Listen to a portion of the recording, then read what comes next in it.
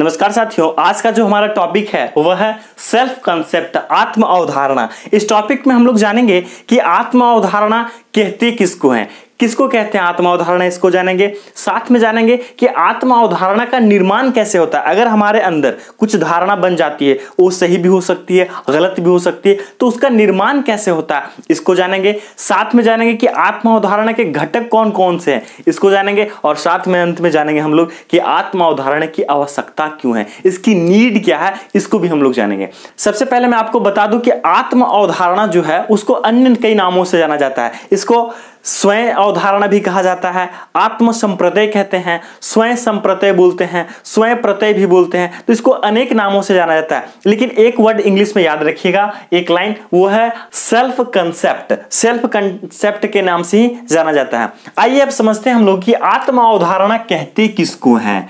आत्म अवधारणा किसको कहते हैं? देखिए, आत्म अवधारणा दो शब्द मिलकर के बने हुए, ठीक है। आत्म को पहले समझते हैं। आत्मा का मतलब होता है स्वयं से या अपने से। अब इसको दर्शाने के लिए हम लोग कुछ वर्ड का प्रयोग करते हैं, जैसे कि मैं या मुझे या मुझसे, इस तरह का शब्दों का प्रयोग कर सकते हैं हम। इस तरह का मतलब स्वयं का मतलब होता है, या फिर आत्मा का मतलब आत्मा से नहीं है, आत्मा का मतलब अपने आप से है, अपने आप से है, ठीक है। दूसरी तरफ देखते हैं, वह है अवधारणा। अवधारणा जो है वह विचार से आया है। किससे आया है? विचार से आया है। देखिए, अवधारणा को समझना बड़ा आसान है। जब भी किसी वस्तु को देखते हैं तो उसके प्रति आपके मन में कुछ विचार निकल करके आता है। जैसे कि आप सड़क पे चल रहे, ठीक है, कोई गाड़ी आपने देख ली, वो गाड़ी हो सकता है कि उसको देखने के बाद आपके मन में विचार है, यार ये गाड़ी मुझको चाहिए थी, ये गाड़ी काफी अच्छी लग रही है। मान लीजिए कि किसी महिला को आपने देखा, महिला को देखा तो उसके बाद वो सुंदर लग रही थी, तो मन में विचार आया, अरे यार इसको ना ज्यादा मेकअप कर लिए, इतना मेकअप नहीं करते ना तो शायद कुछ ज्यादा अच्छा लगती। ऐसा करके कुछ भी मन में विचार आ सकता है। ये तो हो गया कि दूसरे को देख करके विचार आया, लेकिन अगर आपका अपने प्रति विचार भी आ सकता है। जैसे कि आप अपने प्रति सोच सकते हैं, यार मैं थोड़ा सा स्मार्ट होता ना तो कुछ ज्यादा बेहतर होता मेरे लिए, यार मेरी इंग्लिश अच्छी होती तो मैं कुछ अच्छा कर पाता, काश मुझे मैथ से प्यार हो जाता, यार मैथ बिना बहुत वीक है। इस तरह का मन में कुछ भी विचार आ सकता है, ठीक है। तो वो अवधारणा होती है, किसी के प्रति अवधारणा, मतलब कि किसी के प्रति जो कुछ भी हम सोचते हैं, ठीक है, जो कुछ भी हम सोच रखते हैं, या अपने प्रति मतलब ये विचार जो है वह अपने प्रति भी हो सकता है, किसी अन्य व्यक्ति के प्रति भी हो सकता है, उसको अवधारणा बोलते हैं, ठीक है। अब दोनों वर्ड को हम लोग जोड़ देते हैं। आत्म अवधारणा मतलब कि अपना विचार या अपने आप से संबंधित विचार। अब समझिए, देखिए, आत्म अवधारणा अब दोनों को मिला दिए हैं। मतलब साफ है कि अपने आप के प्रति, अपने प्रति जो कुछ भी विचार आता है उसको आत्म अवधारणा बोलते हैं, स्वयं अवधारणा बोलते हैं। हम अपने बारे में जो कुछ भी सोच लेते हैं वह क्या कहलाता है? आत्म अवधारणा। देखिए, मान लीजिए कि कोई एक छोटकुआ है, बाबू है, ये है ना, अभी बाबू है, इसके मन में इसको लग रहा है कि यार काश मैं थोड़ा सा लंबा और होता, काश मैं लंबा होता। हो सकता है ये नाटा है, सोच रहा है मैं लंबा होता, या हो सकता है ये सोच रहा है कि यार मैं थोड़ा सा बुद्धिमान होता, या हो सकता है ये सोच रहा होगा कि मैं मैथ में अच्छा होता, मेरी इंग्लिश अच्छी होती। तो जो कुछ भी यह व्यक्ति ध्यान दीजिएगा, यह व्यक्ति जो कुछ भी अपने बारे में सोचता है या जो कुछ भी अपने प्रति विचार रखता है वह क्या कहलाता है?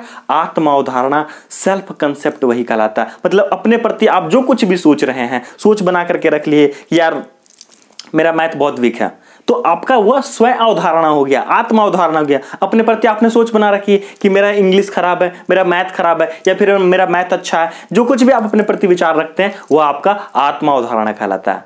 चलिए अब समझते हैं कि आत्म अवधारणा का निर्माण कैसे होता है। How to generate self concept, इसका निर्माण कैसे होता है इसको देखते हैं। निर्माण की बात करें तो इसके 3 पक्ष हैं। पहला आत्म छवि, सेल्फ इमेज, आत्मसम्मान, सेल्फ स्टीम, आत्मविश्वास, सेल्फ कॉन्फिडेंस। ये 3 चीज मिलकर के किसी भी व्यक्ति का जो सेल्फ कंसेप्ट होता है उसका निर्माण होता है। सबसे पहले वाले पे आते हैं हम लोग। पहला है आत्म छवि। देखिए, जब आप अपने आप को शीशे में देखते हैं या फिर अपने आप को अनुभव करते हैं और अपने आप को महसूस करने के बाद कैसा फील करते हैं, जो आप फील करेंगे उसी के अकॉर्डिंग आपका सेल्फ कंसेप्ट का निर्माण होगा। मान लीजिए कि आप अपने आप को शीशे में देखते हैं और कहते हैं यार मैं तो बेकार दिखता हूं, इस दुनिया का सबसे बेकार इंसान मैं ही हूं, तो आप ये मान के चलिए कि जब आप अपने आप को देख करके ऐसा फील कर रहे हैं, ऐसा आप अपनी छवि बना रहे हैं, तो स्वाभाविक बात है कि आपका जो आत्म अवधारणा होगा वह खराब होगा, उतना अच्छा नहीं होगा। लेकिन आप अपने आप को देखते हैं और कहते हैं यार मैं तो बहुत ताकतवर हूं, मेरे में इतना क्षमता है कि मैं 10 बार आदमियों को आराम से मार सकता हूं, तो ऑब्वियसली आपका जो सेल्फ कंसेप्ट होगा वो अच्छा सेल्फ कंसेप्ट का निर्माण होगा। नेक्स्ट है आत्मसम्मान। देखिए, आत्मसम्मान का जो है वह फीलिंग से रिलेटेड है कि आप किसी चीज को देख करके कैसा फील करते हो। मान लीजिए कि आप किसी व्यक्ति को देखें और उसके बाद ये फील कर लिए यार ये आदमी मुझे सुबह सुबह नजर आ गया, आज तो पक्का मेरा दिन खराब होने वाला, तो आप हो सकता है कि आपका दिन खराब नहीं भी होता, लेकिन आप किसी व्यक्ति को देख करके ऐसा महसूस कर लेते हैं, तब हो सकता है कि आपका दिन सच में खराब हो जाए। तो जो आप किसी व्यक्ति को देख करके या किसी वस्तु को देखते हैं, उसके पश्चात जो आप उससे संबंधित कुछ जो फीलिंग्स जनरेट करते हैं अपने अंदर, उससे भी आपका सेल्फ कंसेप्ट का निर्माण होता है। थर्ड है आत्मविश्वास, सेल्फ कॉन्फिडेंस। देखिए, आत्मविश्वास बहुत ज्यादा इंपॉर्टेंट है। अगर आपके अंदर आत्मविश्वास की कमी है, आपका कॉन्फिडेंस लेवल उतना अच्छा नहीं है, तो फिर आपका जो स्वयं अवधारणा होगा, अपने आप के प्रति जो आपकी सोच होगी वह उतना अच्छा नहीं होगा। समझते हैं कैसे? कभी ना कभी आपने ये चीज को जरूर देखा होगा कि कोई ऐसा व्यक्ति होगा जिसमें कॉन्फिडेंस उतना अच्छा नहीं है। हो सकता है कि वो बहुत अच्छे तरीके से किसी पर्टिकुलर सब्जेक्ट में नॉलेज नहीं रखता हो, लेकिन उसका बोलने का तरीका या कॉन्फिडेंस लेवल बहुत हाई है। जब वह विषय वस्तु के बारे में जानकारी नहीं भी रखता है, तो जब वो बोलेगा तो बहुत अच्छे तरीके से बोलेगा। और अगर कोई ऐसा व्यक्ति जिसका कॉन्फिडेंस लेवल उतना अच्छा नहीं है, नॉलेज तो बहुत है लेकिन कॉन्फिडेंस उसके अंदर नहीं है, तो हो सकता है कि वो बच्चा उतने अच्छे तरीके से परफॉर्म नहीं कर पाएगा। तो जो अपने आप के प्रति अवधारणा होती है, सेल्फ कंसेप्ट जो हमारा होता है, उसके निर्माण में आत्मविश्वास का भी बहुत ज्यादा योगदान होता है। ये तीनों थे आत्म निर्माण के लिए सहायक 3 पिलर थे इसके, जो आप लोगों ने भी देखा।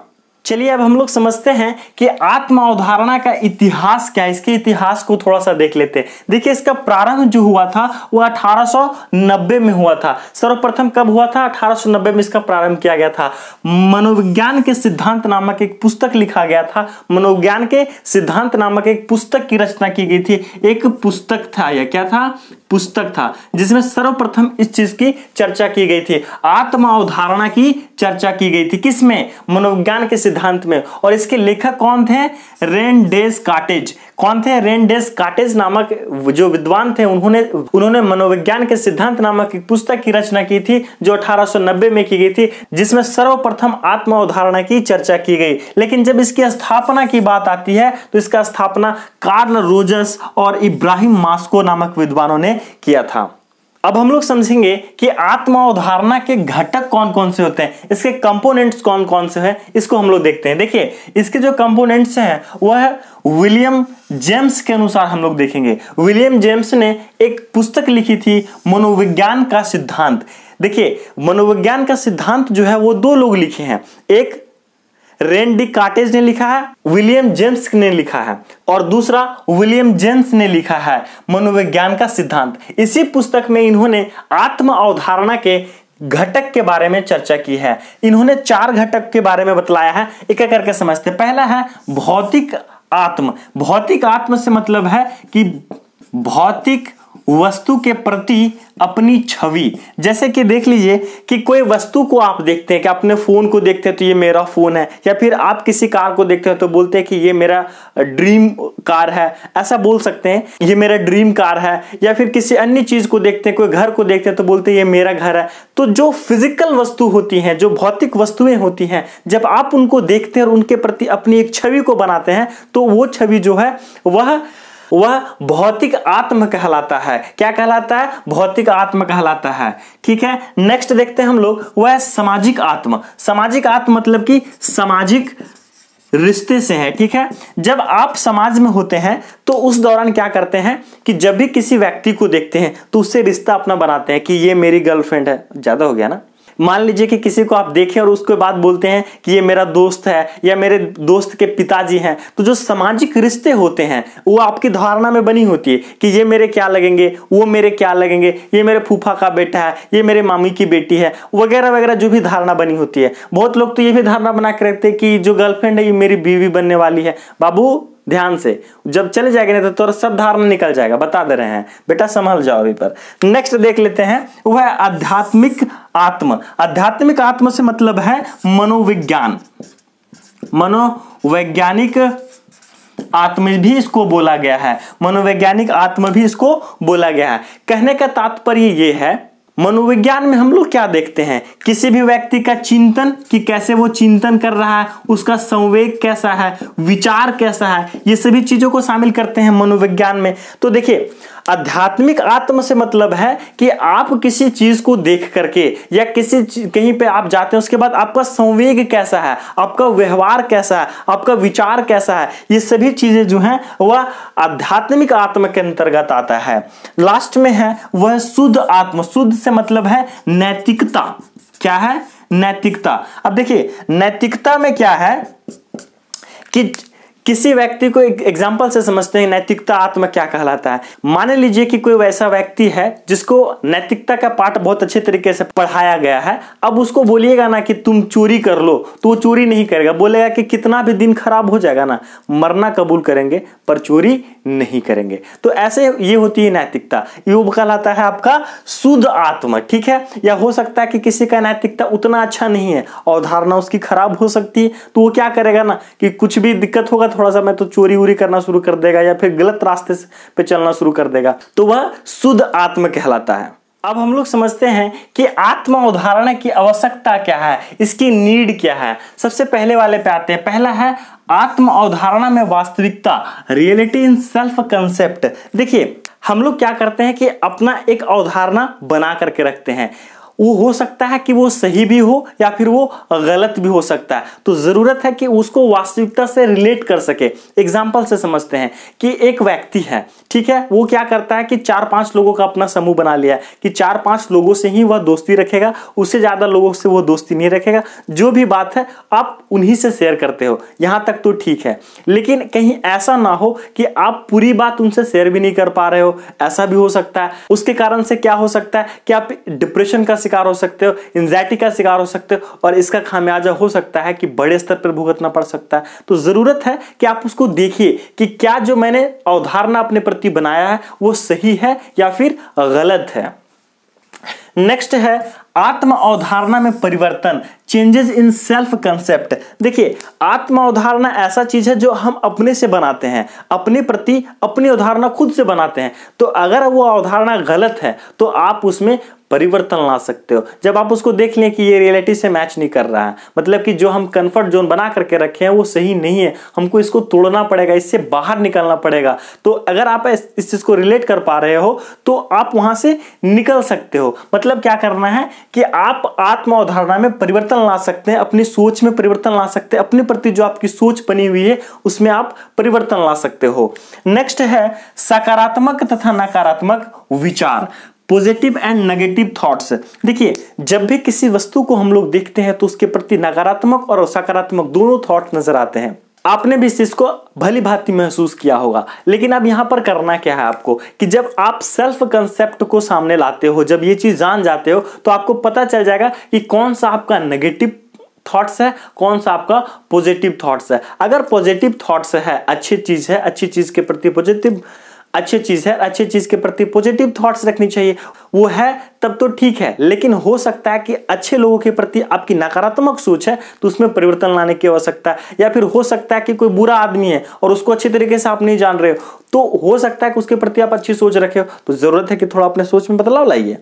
तो इससे आपको पता चलेगा, वो पता चलता है आपको सेल्फ कंसेप्ट से कि कौन सा आपका नेगेटिव थॉट्स है, कौन सा आपका पॉजिटिव है, किसके प्रति आपको नकारात्मक सोच रखना है और किसके प्रति सकारात्मक सोच रखना है। नेक्स्ट है आत्मविश्वास में वृद्धि, इंक्रीज सेल्फ कॉन्फिडेंस। देखिए आत्मविश्वास में वृद्धि होता है जब आप अपने आत्म अवधारणा को समझ जाते हैं कि हम क्या थॉट्स रखते हैं, किस तरह का हम अपने विचार रखते हैं अपने प्रति, और आपको लगता है कि हमें आत्मविश्वास की वृद्धि की आवश्यकता है, तो आप उसमें अवश्य वृद्धि करोगे। और आत्मविश्वास को बढ़ाने में सेल्फ कंसेप्ट की बहुत महत्वपूर्ण भूमिका होती है। नेक्स्ट है आत्म छवि में सुधार, इंप्रूव सेल्फ इमेज। देखिए, आप जो अपने प्रति इमेज बना करके रखे हैं, हो सकता है वो गलत बना करके रखे हैं। किसी को लग रहा हो कि यार मैं इतनी सुंदर हूं, मैं क्या करूं, तू डूब मर। यार यकीन ना हो तो तुम जाकर के ब्यूटी पार्लर जाना छोड़ दो। दूसरी बात है कि मोबाइल का फिल्टर यूज करना छोड़ दो, तुमको सारा कुछ पता चल जाएगा कि तुम कितनी सुंदर हो। तो आपका जो आत्म छवि है वो कैसा है उसको आप जान सकते हो और उसको समझ सकते हो। और अगर आपका आत्म छवि अपने प्रति अच्छी नहीं है तो उसमें सुधार लाने की आवश्यकता, आप सुधार कर सकते हो। और हो सकता है कि आपका कॉन्फिडेंस बहुत ज्यादा बढ़ा हुआ है, यार मैं तो बहुत सुंदर हूं, तो उसमें भी सुधार लाने की आवश्यकता है। या फिर आपको ऐसा लगता है कि यार मेरे अंदर में कुछ क्वालिटी है ही नहीं, मैं बेकार हूं, इस दुनिया के सबसे निठल्ला आदमी मैं हूं, तो उसमें भी सुधार लाने की आवश्यकता है। क्योंकि दोस्त, जो व्यक्ति अंधेरा देखता है उसी को उजाला का महत्व पता होता है।